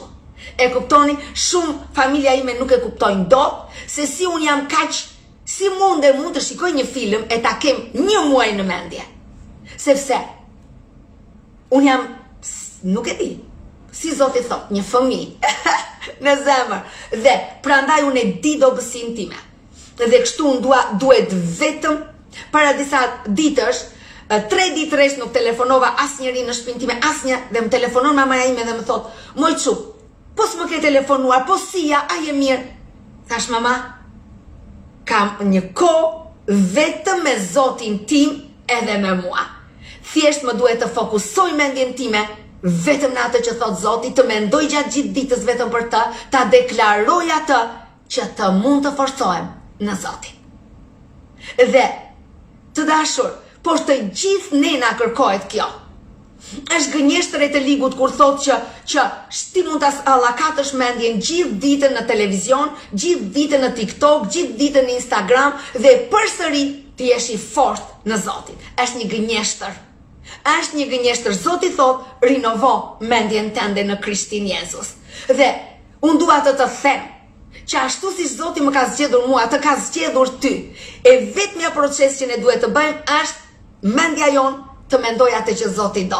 Mendja jonë të rinovohet në Krishtin. Mendja jonë ta di kujt i përket. Dhe kjo do të thot vajosje. Shumë njerëz thonë, jo, i ka thënë një vajosje të veçantë. Të dashur, vajosja është punë. Për të mbajtur zjarrin ndezur është një punë dhe Zoti i ka dhënë çelsat se si ta mbash. Çelsi është studiimi i Biblës, mësimi rreshtave përmendësh, dhe gjatë gjithë ditës, kur të vjen në mendje ndonjë çfarë po bëhet këtu, çfarë po bëhet aty, sot për shembull, unë kisha futur dokumentat për pasaportën shqiptare në Shqipëri, dhe sot më vjen një njoftim që mi kishin kthyer, megjithëse unë i kisha bërë të gjitha, dhe qet një moment që gjithë mendja ime u fokusua tek dokumentat. Dhe me njerë më kapi një trishtim, më kapi një, dhe thash me vete, edhe njerë, për stop. Për çfarë jam mërzitur nuk ka shumë? Sepse më kthyen dokumentat? Thash, Zot më fal. Riktheu edhe njerë në Krishtin. E thash, unë jam bija e Perëndis, çdo gjë më shërben për mirë, edhe kjo do më shërbej për mirë, sepse Zoti është me mua. Fitoria i përket Krishtit, më përket dhe mua, sepse Zoti më ka zgjedhur, dhe asnjë frym trishtimi, rrëmuje, depresioni, pasigurie jashtë nga mua. Paqja e Perëndis, gëzimi i Perëndis, sepse Zoti rron në mua, dhe me njëre fokusova mendjen time, të gjithë shka heshti dhe u largua. Kjo është lufta shpirtërore, kjo është vajosja.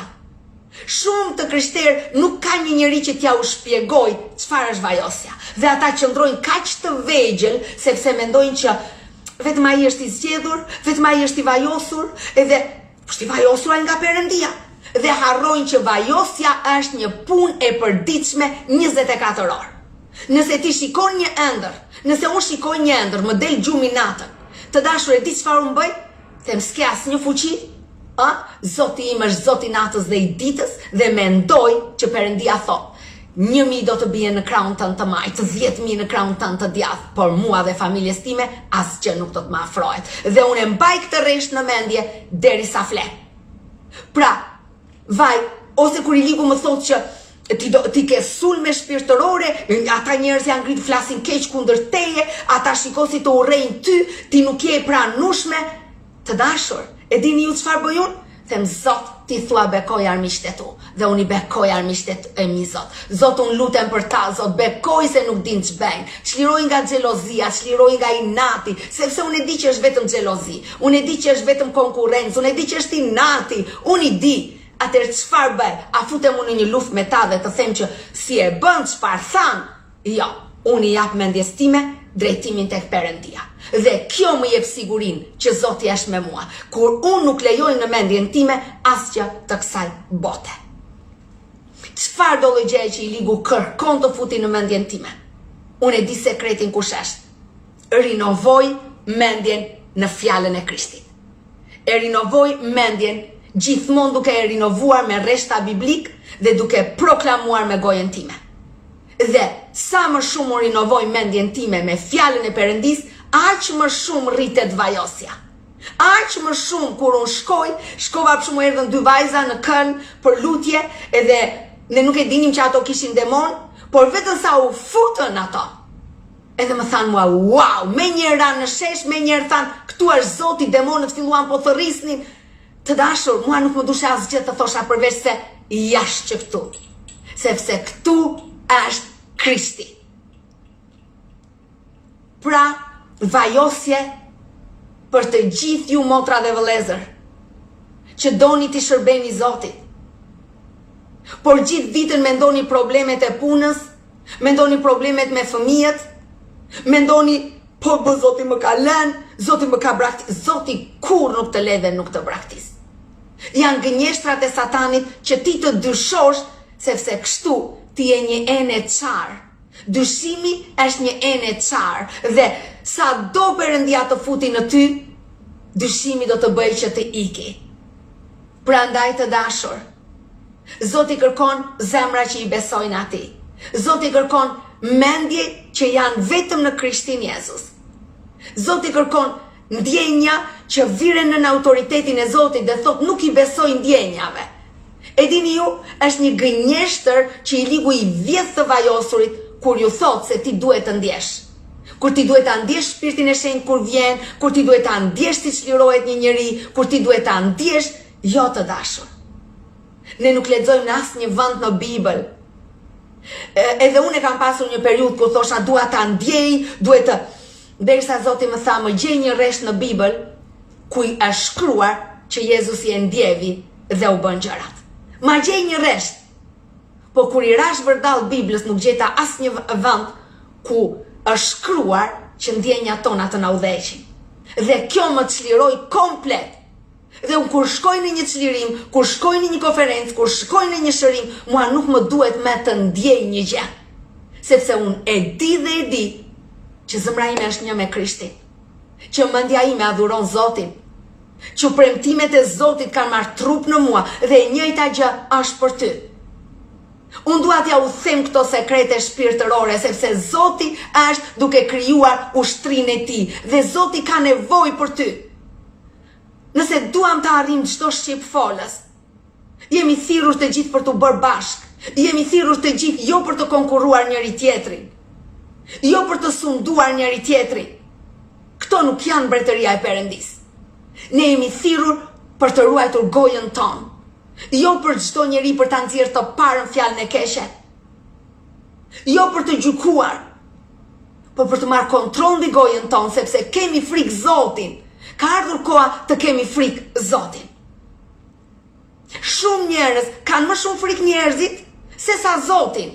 Kur Zoti thotë, ki frikë vetëm nga mua dhe nga asnjë njeri, sepse Zoti merret me armiqtë e tu. Pra, Zoti na fton në fjalën e tij të kemi frikë për Perëndis.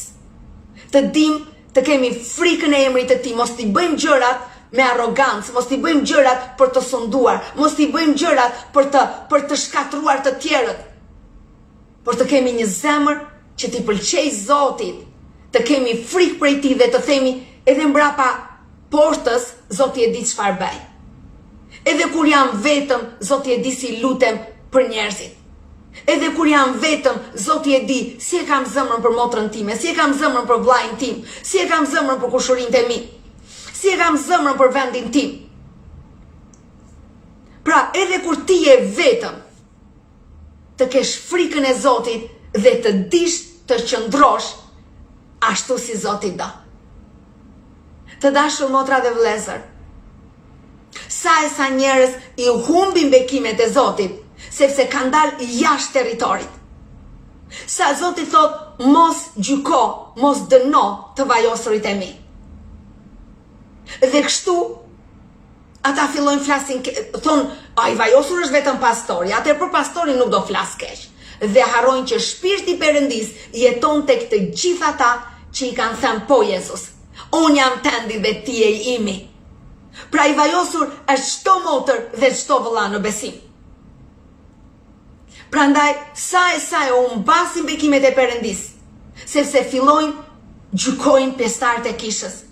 Kështu foli pastoria, kështu foli kjo, i imitojnë, i bëjnë dhe thërresin mallkimet mbi veten e tyre dhe nuk kanë frikë Zotin, sepse kush ka frikë Zotin, mallkimi qëndron larg, sepse ai e ruan gojën, e ruan këmbën dhe nuk vrapon të bëjë të keqen. Pra të dashur motra dhe vëllezër, le t'i vëm pikat mbi i, si i thon fjalës, dhe vajosje do të thot një punë e përditshme për të rinovuar mendjen tënde, për të menduar si Zoti mendon. Jo për të ndjerë, po për të menduar, sepse pastaj ndjenjat i nënshtrohen mendjes. Kështu e ka krijuar Zoti. Zoti e ka krijuar që mendja të nënshtrojë gjithçka në ne. Gjithçka. Është mendja që nënshtron ndjenjat. Okej? Dhe është po mendja që nënshtron gojën. Është po mendja që nënshtron trupin. Pra atje ku antenat janë ngritur, ato sinjale ti do të marrësh. Prandaj unë dua të të them, le të forcohemi në Zotin. Le të rritemi në njohurinë e tij dhe le të rinovojmë mendjet tona. Kjo është vajosja. Kjo është vajosja. Unë dua t'ja u shpjegoj thjesht që ju të gjithë ta dini çfarë është vajosja. Vajosja nuk është një vaj që të vjen dhe të derdhet në kokë. Është e vërtet që fillimisht e merr nga vendosja e duarve. Por varet nga zëmra jote, sa unë po ja u them Rita ka qenë e para që i ka vënë duart në mua. Por Rita nuk është zhvilluar. Zoti ta bekoj por ajo nuk e ka zhvilluar dhuntit e saja të shërbej, ose domethënë ka ngelur gjithmonë ajo që unë e njoh. Kurse Zoti shikon zemrat, sa i gatshëm je ti të punosh në rinovimin e mendjes, dashurinë që ke për Zotin. Dhe kështu Zoti vepron dhe ty të bën Elizeun më shumë se sa Elia.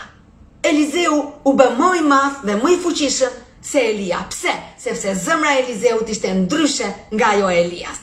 Ai kërkovi më shumë, dha më shumë, qëndrovi besnik. Edhe kur Elia i tha ik që këtu, ai e dinte ç'do të thotë ti jesh besnik. Tha jo, nuk do të iki, do të ndjeka pasapi. Pse? Sepse ai e donte më shumë nga Zoti. Pra, ose kemi atë pastoren Katrin Krik.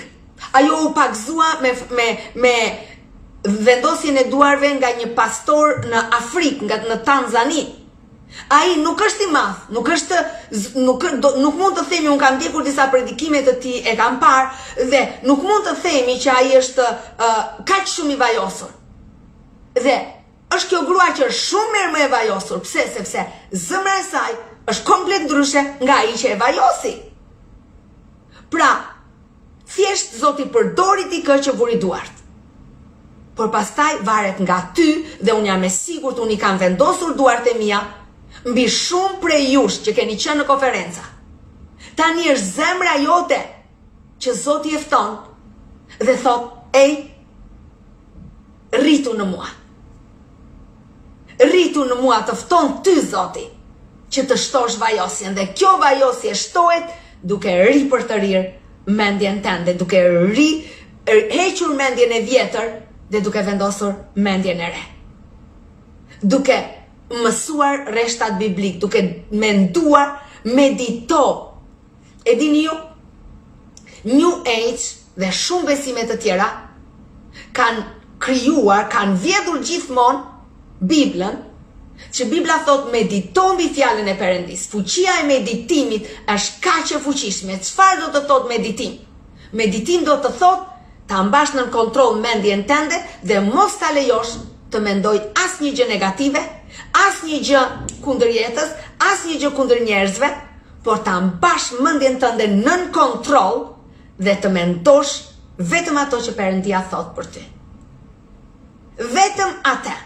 Kjo do të thot meditim, që gjatë gjithë ditës mos ta lësh mendjen tënde të allakatet.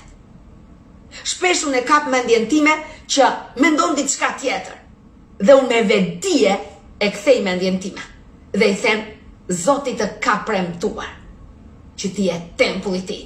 Zoti të ka premtuar që ti do të ecësh mbi gjarë prind dhe akrepa dhe asgjë nuk do të gjej. Pra, e fut mendjen time në atë kolonën e dritës ku është në Jezus Krishti. Kjo do të thot vajosja, motra dhe vëllezërit e mi. Vetëm kjo. Ripërtëritja e mendjes dhe mos ta lejosh mendjen tënde asnjë sekond të ditës të mendoj diçka tjetër. Asnjë sekond të ditës. Unë kam disa kufje, unë nuk i duroj dot kur më futen në vesh, edhe i kam kështu që më rrin sipër veshit. Dhe edhe kur punoj, edhe kur eci, edhe kudo që jam, unë do dëgjoj Biblën. Ose një predikim, ose një këngadhurimi. Pse? Sepse unë e di, edhe kur unë punoj, edhe kur unë vërtitem, unë e di një gjë, shpirti im dëgjon dhe ha, pavarësisht se unë në ato momente jam tek puna. Pavarësisht se në ato momente më duhet të diskutoj me një klient. Përsëri, unë e mbaj atë gjithmonë një në vesh. Pra, sepse kërkoj gjithmonë që të jem në Krishtin. Vetëm kjo është vajosja. Edhe njerë, të gjithë kërkojnë vajosje. Shumë njerëz nuk i thonë këto gjëra hapur, edhe ata që e kanë vajosjen nuk i tregojnë këto sekrete. Por të dashur motra dhe vëllezër, ajo që unë kam në zemër është kombi jon, shpëtimi i kombit ton. Dhe ka ardhur koha tjetër ngjallja. Ka ardhur koha e ringjalljes, ka ardhur koha e rizgjimit, ka ardhur koha ku ne të behemi të gjithë bashkë. Jo të konkurojmë njëri tjetrin, jo të eliminojmë njëri tjetrin, jo të themi unë më shumë vajosi, po. Kjo nuk kesh nga Perëndia. Njerëzit që konkurojnë njëri tjetrin, Perëndia do i heqë dhe do thot, ti si e për mua. Ka ardhur koha të dim dhe të mësojmë më shumë. Dhe vajosje është të ripërtërish mendjen në Krishtin. Mos ta lejosh mendjen tënde të mendoj asnjë gjë tjetër përveç se atë që Zoti do. Dhe e di, të lejosh mendjen të ripërtërihet në Krishtin do të thot besim. Pra, ti në ty rritet besimi në Zotin. Dhe dikush më pyeti dhe më tha, të lutem, a mundem unë nga besimi im të shëroj vajzën time? Po, ti mundesh. Për të gjithë ata që nuk e din, unë dua të them që fryma e ndërmjetësimit ose besimi jot mund të shëroj vajzën tënde, djalin tënd, mund ta çliroj djalin tënd. Unë e di një nen që djali i saj ishte bërë më kështu, si thon, homoseksual, edhe ajo kur nuk hoqi dorë për të lutur. Deri atje sa të tjerët i thoshin hiq dorë sepse ky demon nuk del. Por ajo çdo ditë deklaronte, djali im është i martuar, djali im ka fëmijë, djalin tim e ka zgjedhur Zoti, edhe ai është i bekuar. I ligu vinte dhe i thoshte, po qa thua moj ti do martohet, ai shko me burra ti thua do martohet. E me gjitha ta, ajo nen proklamonte, i shkatroj këto gjëra, nuk i pranoj, djali im është i zgjedhur, djali im është burri i bekuar i nusës së tij dhe baba i bekuar i fëmijëve të tij. Dhe me të vërtet, erdhi ai momenti kur ajo e besonte kaq thellë në zemër, kur djali çohet një ditë dhe vete në kish. Edhe thot, kam pasur një zjarr të papar në zemrën time për të ardhur në kish. Dhe kështu ai u çlirua, u bekua, është martuar, ka fëmijë për besimin e nënës së tij. Pra, ne kemi sa e sa raste në Bibël që për shkak të besimit të prindërve ose të besimit të dikujt tjetër u shëruan dhe u çliruan njerëzit. Sepse ata ndërmjetësuan dhe e fokusuan mendjen e tyre, e fokusuan zemrën e tyre, Zoti do ta bëj. Për Zotin s'ka asgjë të pamundur dhe e besuan si të vërtet. Do t'u tregoj dhe një histori këtu, shumë të vërtet. Një grua, burri saj i thot që kam gjetur një grua tjetër edhe unë iki tek ajo. Nuk merr asgjë nga shtëpia përveç valixhes thito edhe 2 rrobat e tij dhe ikën. Dhe kjo filloi në fillim po qante, si do bëj me fëmijët, qa do bëj me fëmijët, edhe i kishte të rritur fëmijët faktikisht, më duket se i kishte mbi 22 vjet, po ajo përsëri mendonte ti martonte, ti bënte.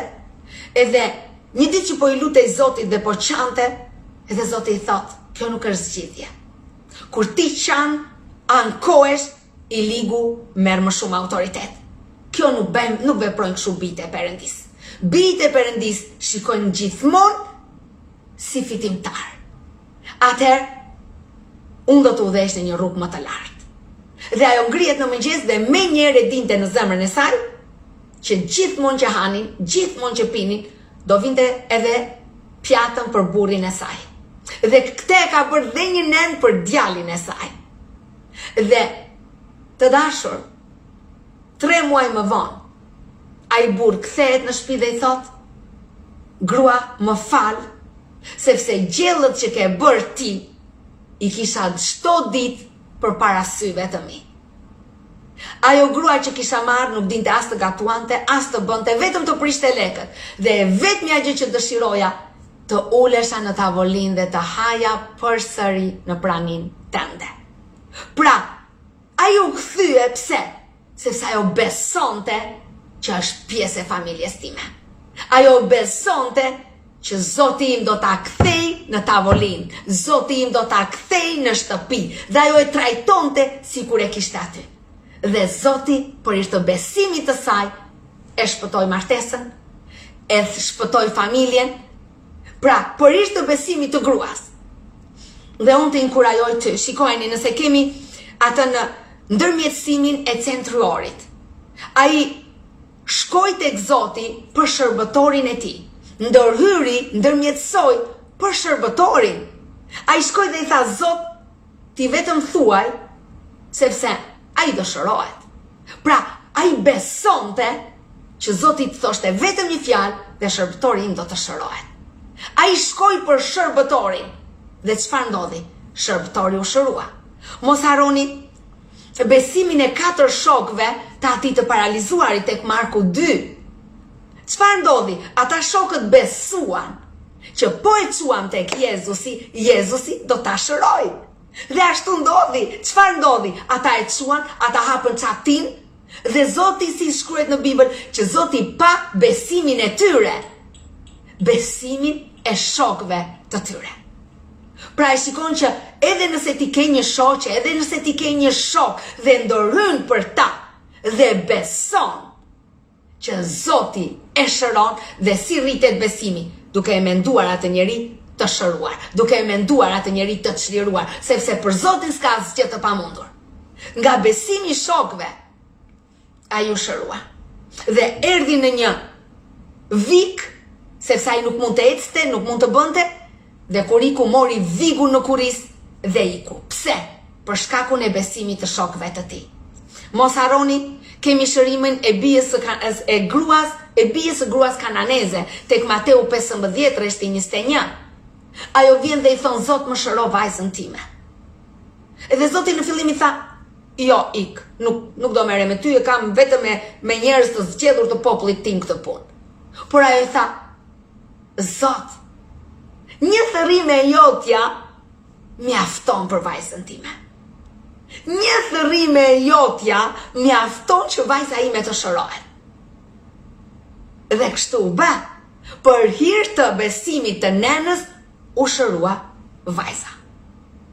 Dhe kemi shërimin e atij shërbëtorit të një zyrtari mbretëror që e kemi tek Gjoni, më duket se është e njëjta kjo. Pra, shërimin e shërbëtorit të Malkut, që i u previ veshin Pietri, Jezusi ndërhyri dhe e shëroi në moment. Pra, ishte besimi i Jezusit që e shërove, jo besimi i tij. Sepse të gjithë të tjerët vinin tek Jezusi dhe Jezusi tha, besimi jot të shëroj.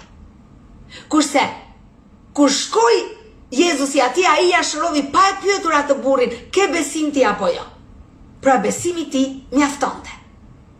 Prandaj dhe shumë njerëz që vinë për konferencat tona, ata shërohen dhe nga njerëz thonë që ua, se prisja fare këtë gjë, nuk kisha as besim.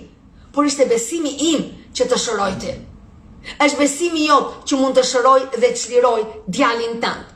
Është besimi jot që mund të shëroj vajzën tënde. Është besimi jot që mund të sjelli transformimin e gjithë familjes tënde. Pra, nga njerë vetëm ti mjafton për të sjellë transformimin e jetës së dikujt që ti e do. Dhe e gjithë puna është besimi jot. Dhe ky besim vjen, rinovoni mendjen tuaj. Duke e menduar familjarët tuaj, për shembull nëse lutesh për djalin tënd, për vajzën tënde, nëse lutesh për dikë tjetër, sille në mendjen tënde dhe deklaro, Zoti e ka shëruar. Zoti e ka çliruar, ai është bekim, ai është dritë. Sa e bekuar jam që jam nëna e tij, sa e bekuar jam që jam nëna e saj.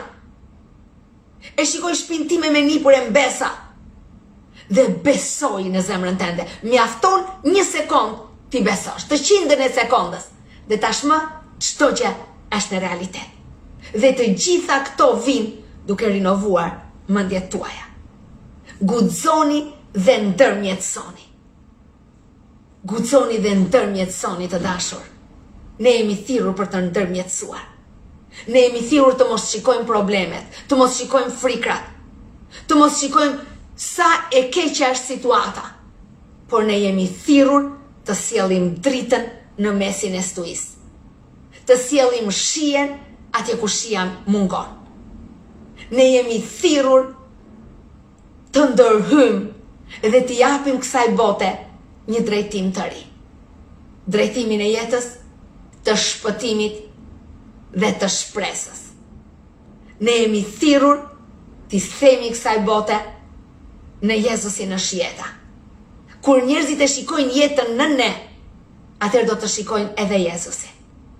Ndërhyni. Në këtë periudhë, shumë familje kanë problemin sepse fëmijët, megjithëse prindrit janë të krishterë, fëmijët vendosin të agjërojnë, të mbajnë Ramazan. Dhe shumë prindër janë shqetësuar jashtë mase për këtë gjë. Edhe mundohen t'i detyrojnë fëmijët e tyre që të mos ta mbajnë agjërimin. Dhe kështu ju duket sikur është bërë një rrezik i madh tani për fëmijët e tyre. Dhe sa më shumë ju konfrontoni me fëmijët tuaj, sa më shumë ju kërkoni të luftoni me fëmijët tuaj që mos ta bëjnë, aq më shumë ata do të bëhen rebel dhe do të ikin në drejtimin e gabuar. Kjo nuk është mënyra që Zoti na ka zgjedhur të luftojmë për fëmijët tanë. Zoti na ka mësuar t'ju lëm vullnetin e lirë. Ata nëse nuk janë të vegjël, ti nuk i detyron dot. Ajo që ke ti si detyrë, si nën, si baba, është ti duash fëmijët e tu. Ti duash fëmijët e tu. Edhe ajo që duhet të bësh është thuaj Zot unë i bekoj dhe ti Zot ke rrugën tënde për fëmijët e mi. Unë e di që ato të përkasin ty. Unë e di që fëmijët e mi janë të tujt. Unë e di Zot. Por nëse ti shkon në konflikt me mishin, ti shkon me fëmijët e tu në konflikt, duke thënë kjo s'bet, i ligu do të coptoj familjen tënde. Ka ardhur koha e diturisë dhe e zgjuarësisë.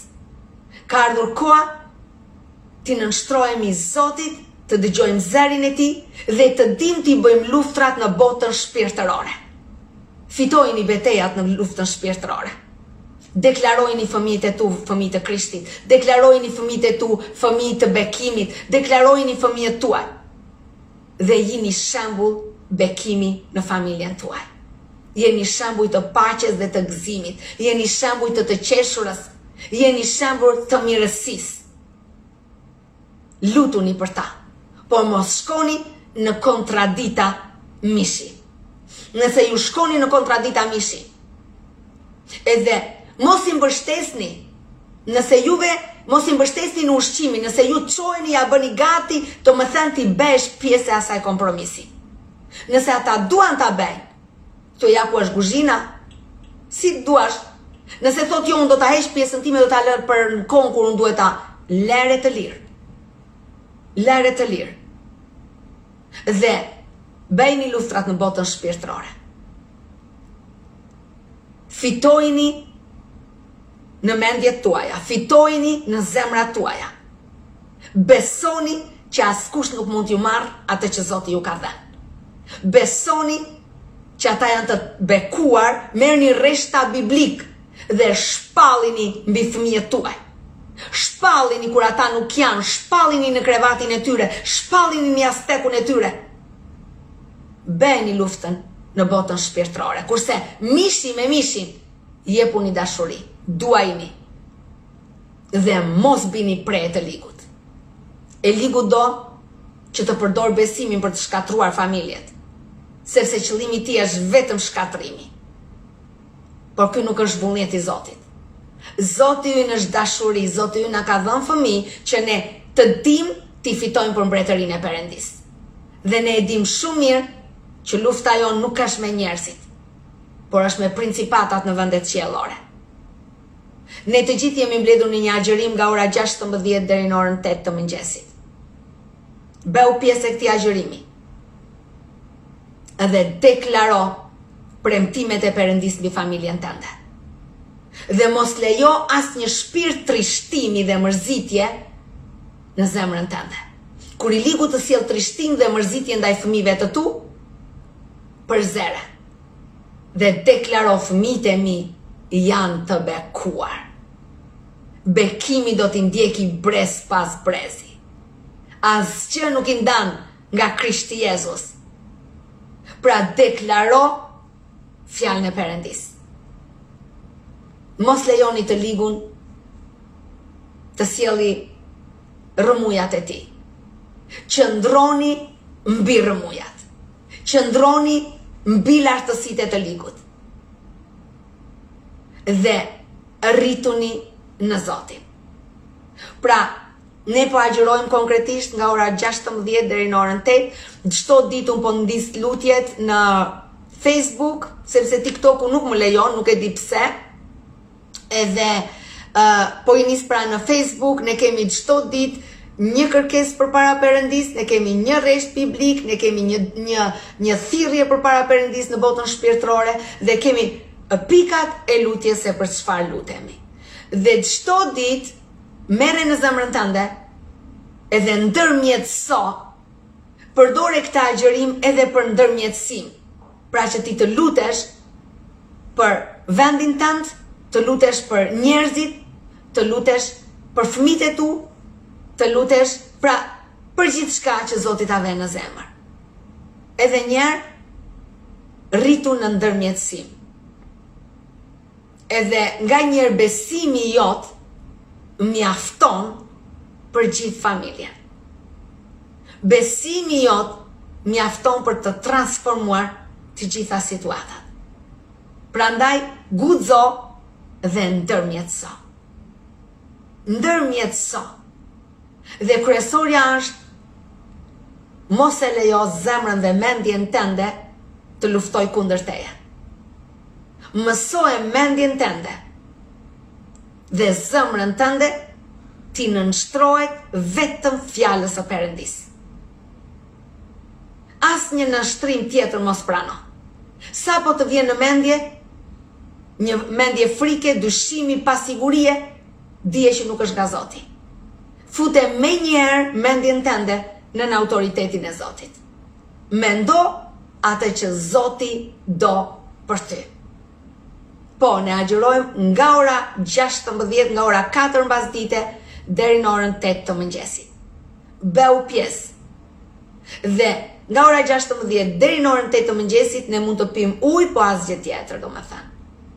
Thua ti o bobo harrova, edhe unë këto ditë kam harruar një acaer, e kam futur në gojë të agjëroj.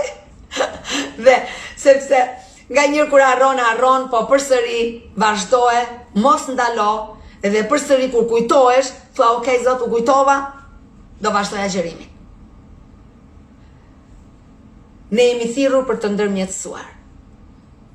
Përdoreni këtë kohë për ndërmjetësimin, për ndërmjetësim, jo vetëm të familjarëve tuaj, por edhe për të gjithë kombin ton dhe për të gjithë shqipfolësit dhe për të gjithë botën kudo që është. Le të lutemi kundër çdo frymëpërçarje, lufte, vdekjeje.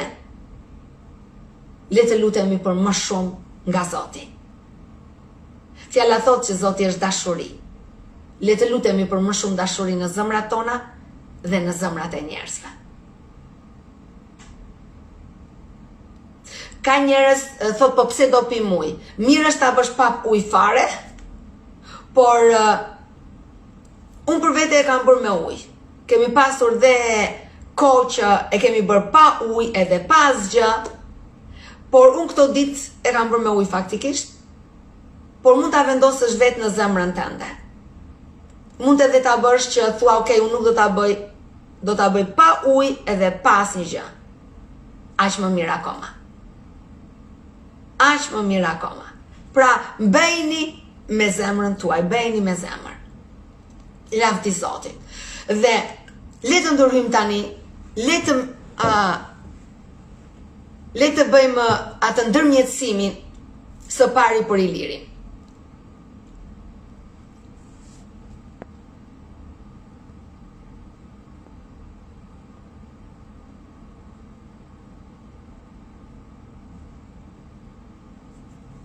Lavdi Zotit. Ana thot, ja zoti i vllai toni erdhi ndërmjetësuan për te dhe ai mori kontratën. Eriona thot, unë kam vendosur ta bëj pa ujë, edhe duhet dhe të këndoj. Lavdi Zotit. Okej, motra tjetër thonë ne kam vendosur pa ujë, pa kafe. Motër, kafe në darkë nuk lejohet, se ndryshe na arrini tërë natën pa gjumë. Lavdi Zotit. Marina thotë unë e kam mbajtur për 2 ditë 24 orë. Lavdi Zotit, lavdi Zotit. Pra agjerimi është dhe një mënyrë ndërhyrjeje. Okej, ndërmjetësimi. Lavdi Zotit. Lavdi Zotit. Atëherë, le të ndërmjetësojmë së pari për Ilirin. Iliri ka rënë nga skela në Itali dhe është duke luftuar për jetën. Si thua, do të bëhemi bashk? Të gjithë ju të vajosurit e Perëndis dhe të shpallim shërimin e tij? Le të ndërhyjmë bashkë për Ilirin. Zot, ty të qof lavdia në emrin e Jezus Krishtit. Zot, shpirti shenjtë i Perëndis, ti je tani atje ku është Iliri. Perëndi ti e ngrite Lazarin që kishte 3 ditë që kishte vdekur. Dhe ti the çau dhe dil. Për Ilirin, Zot, thjesht ai është këtu, ai ekziston, ai rron dhe vetëm të vazhdorën tënde Perëndi dhe ai të ngrihet në jetë. Në emrin e Jezus Krishtit ne ndërmjetësojmë Zot për Ilirin. Ne lidhim çdo shpirt vdekje të parakoshme, çdo shpirt paralize, çdo ngatërim dhe çdo goditje në tru, në emrin e Jezus Krishtit. Çdo gjë Zot që ka prekur jetën e tij të ndaloj tani dhe ne lutemi për shërimin dhe çlirimin e tij. Lutemi që ai të çohet në këmbë tani në emrin e Jezus Krishtit dhe të jetë i shëruar. Në emrin e Jezusit të dalin nga reaminacioni dhe gjithë situata e tij të ndryshojë. Në emrin e Jezus Krishtit ne shpallim jetë me bollet dhe asnjë shpirt paralize të mos ketë sukses. Në emrin e Jezusit, amen, haleluja. Unë lutem sot në emrin e Jezus Krishtit për një motër tonë e cila ka probleme me burrin edhe është në një situatë të vështirë për momentin. Në emrin e Jezus Krishtit unë lutem sot që t'i fitoj të gjitha betejat në mendjen e saj. Unë lutem tani në emrin e Jezus Krishtit që të rinovohet mendja e saj dhe ta di kush është në Zotin dhe gjithë situatat Zoti t'i kthej në favorin e saj. Unë lidh sot shpirtin e frikës, të pasigurisë, shpirtin e përndjekjes, shpirtin e dhimbjes, shpirtin e narcizmit në emrin e Jezus Krishtit, e lidh në emrin e Jezus Krishtit dhe urdhëroj të largohet nga familja e saj. Dhe lutem sot në emrin e Jezusit për liri, lutem për paqe, lutem për një mendje të re në Krishtin Jezus dhe për një fillim të ri. Në emrin e Jezusit, amen. Amen në emrin e Jezusit. Unë lutem për të gjithë fëmijët tuaj, për fëmijët e tuaj Elvira dhe për të gjithë fëmijët tuaj. Në emrin e Jezus Krishtit unë lidh shpirtin e konfuzionit, shpirtin e rrëmujës, shpirtin e çdo shpirt që i tërheq kundër besimeve të gabuara, e lidh çdo besim të gabuar në emrin e Jezus Krishtit dhe çdo shpirt gënjeshtar dhe uniteti të gabuar. Në emrin e Jezus Krishtit çdo shpirt uniteti i gabuar le të bjeri tani në emrin e Jezus Krishtit, le të gjunjëzohet tani dhe shpall çlirim të fëmijëve tuaj. Shpall jetë të fëmijëve tuaj dhe kthimin në shtëpinë në Krishtin Jezus, në emrin e Jezusit. Lutem që Jezusi t'ja umbushi zemrat plot e për plot dhe asnjë gjë tjetër mos t'ja umbushi. Lutem për boshllëk në emrin e Jezus Krishtit, kudo që të vënë të kenë boshllëkun në zemër që vetëm Jezus Krishti ja umbush. Në emrin e Jezus Krishtit shpall mbushje në Krishtin Jezus. Haleluja. Të dashur, ju bekoj të gjithëve, mos harroni, dëgjojeni edhe një herë këtë fjalë. Dëgjojeni edhe një herë. Shkoni dhe njerë për para Perëndis, rinovoni mendjet, mësoni të ndërmjetësoni dhe të qëndroni në pozicionin e ndërmjetësuesve. Zoti na ka thirrur për këtë gjë. Ju përshëndes, ju bekoj, ju them natën e mirë. Këtu është ora 12:20 e natës, edhe kështu që pas pak do të dalë Sonila. Ndiqeni Sonilën tek Kisha Online. Jezus Krishti është Zoti gjithë shqipforësve, është bekim dhe do të bekojeni. Për të gjithë ata që akoma s'na kanë bërë like, akoma s'na ke bërë mik, na bëni mik e na bëni like e na bëni komente dhe na ndani, sepse me siguri duke na çuar me ndarjet tuaja do të ndryshoni jetët e shumë njerëzve. Të gjithë ata që kanë ardhur te kisha jon, kisha online Jezus Krishti Zoti, gjithë shqip folzve, ju ka ndryshuar jeta sepse Perëndia është në mesin tonë. Unë e di që ti je duke kërkuar, ashtu siç po kërkojnë dhe njerëzit që ti njeh. Prandaj ndajeni që të mund të na gjejnë. Ndajeni që të mund të gjejnë ku madhështohet Krishti. Ju bekoj paqja e Perëndis në ju.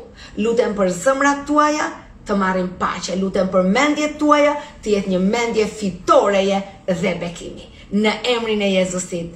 Amen. Natën e mirë, sepse tani familja ime është këtu, duan të flen. Natën e mirë. Dhe nëse askush nuk e ka thënë që ju dua shumë me dashurinë e Zotit. Lavdia i qoftë Zotit për të gjithë ju. Natën e mirë.